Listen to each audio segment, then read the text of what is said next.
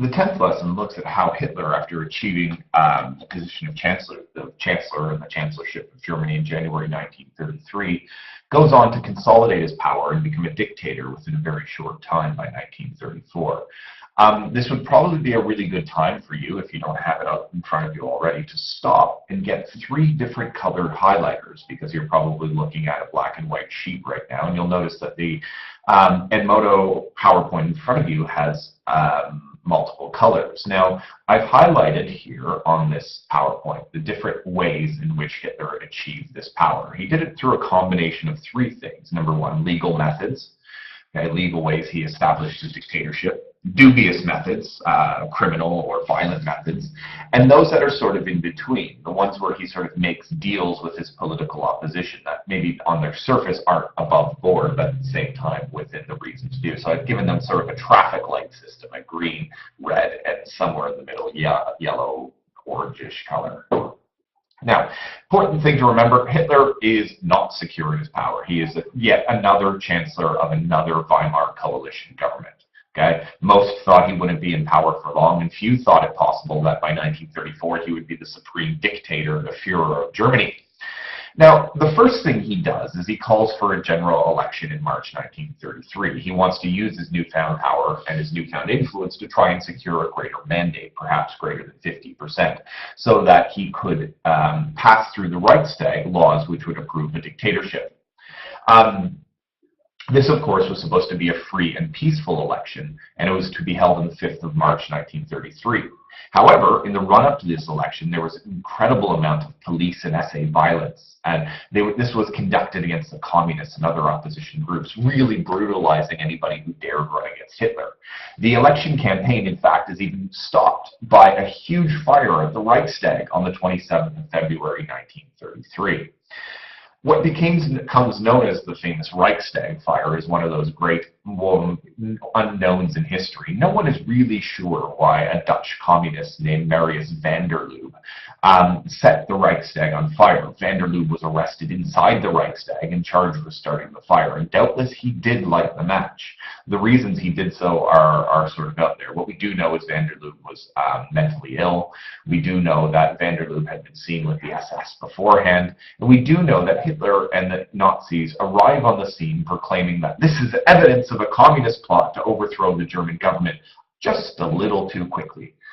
Anyhow, what we know here is that in the wake of the Reichstag fire, such is Hitler's indignation and his persuasive abilities that he's able to convince President Hindenburg to issue an emergency decree using Article 48.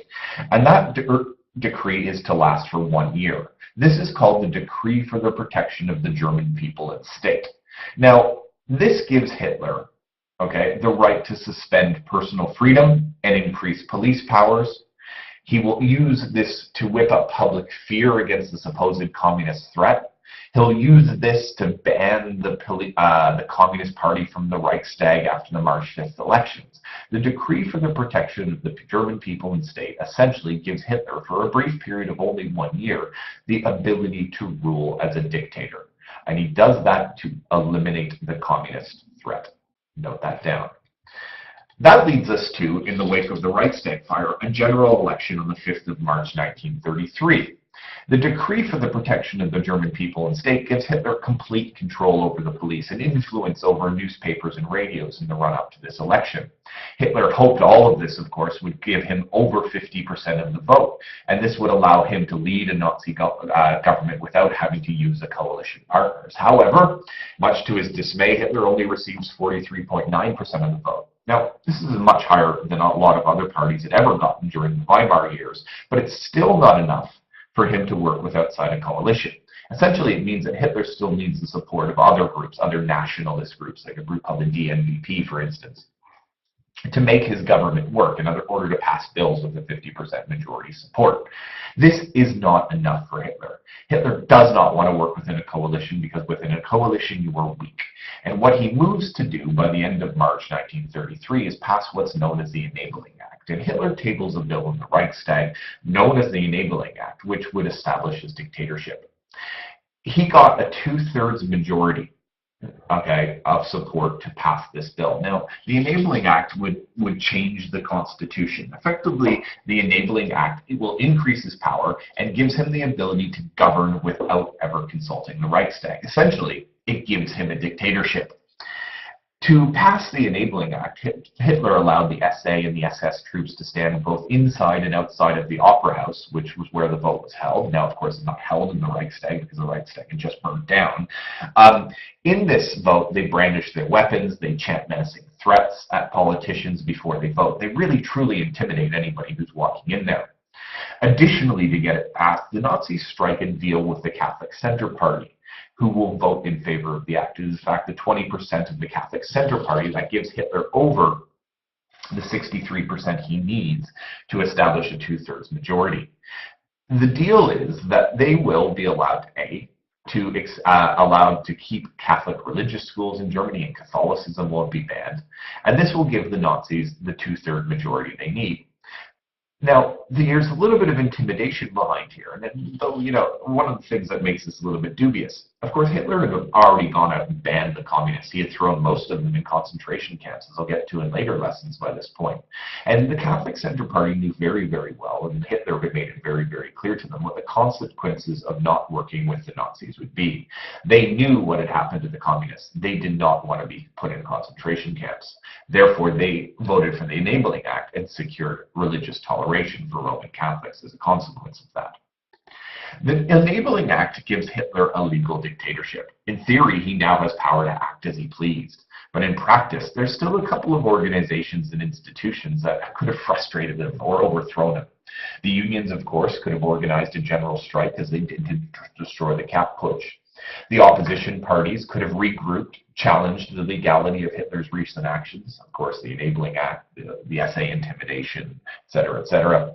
The civil service, those who worked for the government, could have stalled procedures. They could have made it difficult to introduce Nazi laws. They could have protested and not done things. The state governments could have pursued non-Nazi policies because there's a degree of autonomy given to the states, if you remember all the way back to the Constitution. The army could have organized a coup and easily gained the support of Hindenburg to do so and overthrown Hitler, whom Hindenburg instinctively disliked.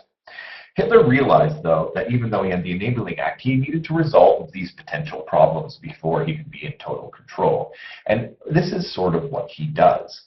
So between March 1933 and January 1934, he does the following. With the powers of the Enabling Act, number one, he purges Jews and other unreliables from the civil service to make it more reliable and more Nazi.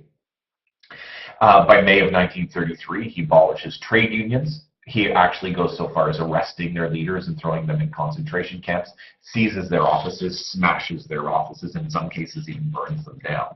And I say he, I mean the SS and the SA who were working for him. He creates, as a sort of side note, to replace the trade unions, a new Nazi labor organization known as the German Labor Front, DAF, led by a man named Robert Ley. And he establishes this to replace it. In July of 1933, all political parties except the Nazi parties are banned, and Germany becomes a one-party state. By January 1934, Nazi state governors are appointed with powers to make state laws. The state parliaments that could have worked against the Nazis are abolished, and all things are centralized under Nazi control. However, this doesn't mean that the army isn't still a problem. This is probably the biggest opponent to the Nazi regime at this point. Hitler isn't entirely secure. The army officers aren't impressed by him. They were suspicious of the authority of the SA and its leader, Ernst Röhm. The SA were badly disciplined, and Röhm had talked of making them into a second German army. Hitler became worried about all of this, both the army and the SA, and sought to try and, limit the potential threat of the SA and the army at the same time.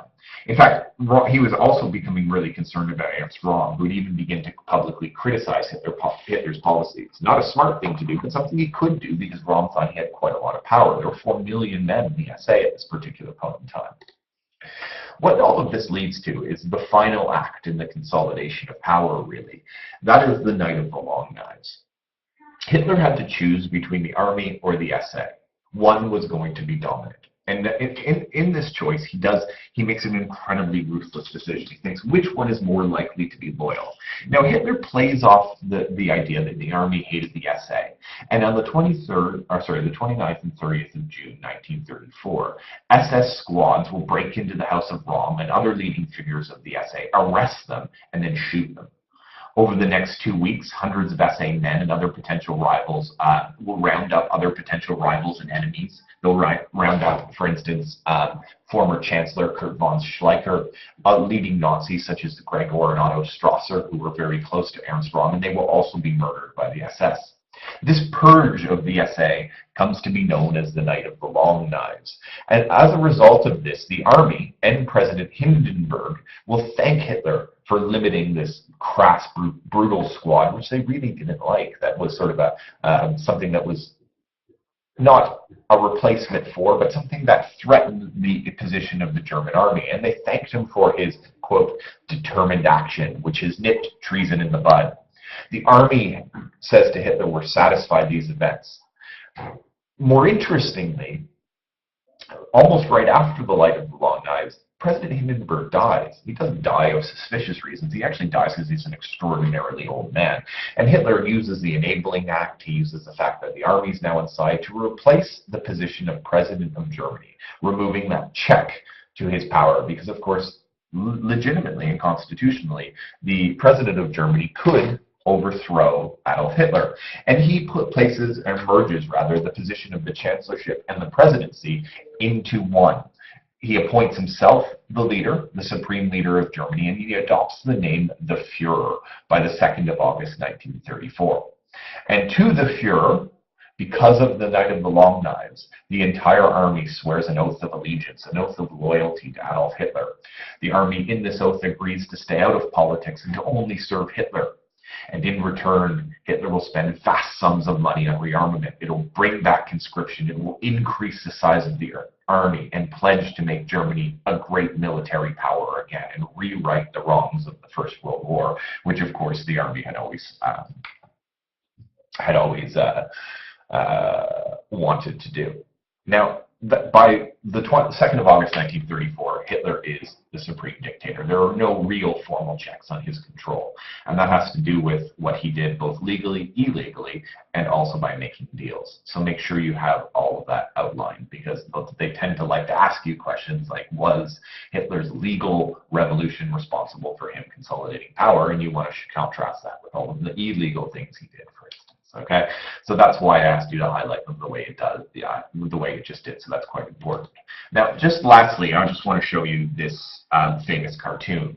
Okay, the cartoon reads, "They salute with both hands now," and it shows Hitler, and that's Hermann Goering, for some reason dressed in a Viking costume, holding a spear to his right, and it's basically highlighting the Night of the Long Knives. Okay. And what it's showing here is in many ways. First and foremost, at the top, the members of the SA are no longer a threat to Hitler. They'll fade away through the combination of fear and lack of leadership. The second is that the Night of Long Knives was carried out in the orders of Hitler. Thirdly, hundreds of leaders of the SA, including Ernst Röhm, were killed by the SS. They were killed because Hitler feared Röhm and it was a threat to his leadership. And they gained the support of the army, who feared that the SA might take over the army. And now the army, who are sort of in the background, has been won over by the Nazis, making Hitler's bid to be the next president or total power, getting total power easier.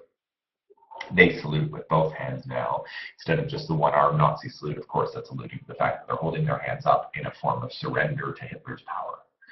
That's a lesson, not a long one, but an interesting one and a very important one. Lots of exam questions over time come up about this, so make sure you know what they're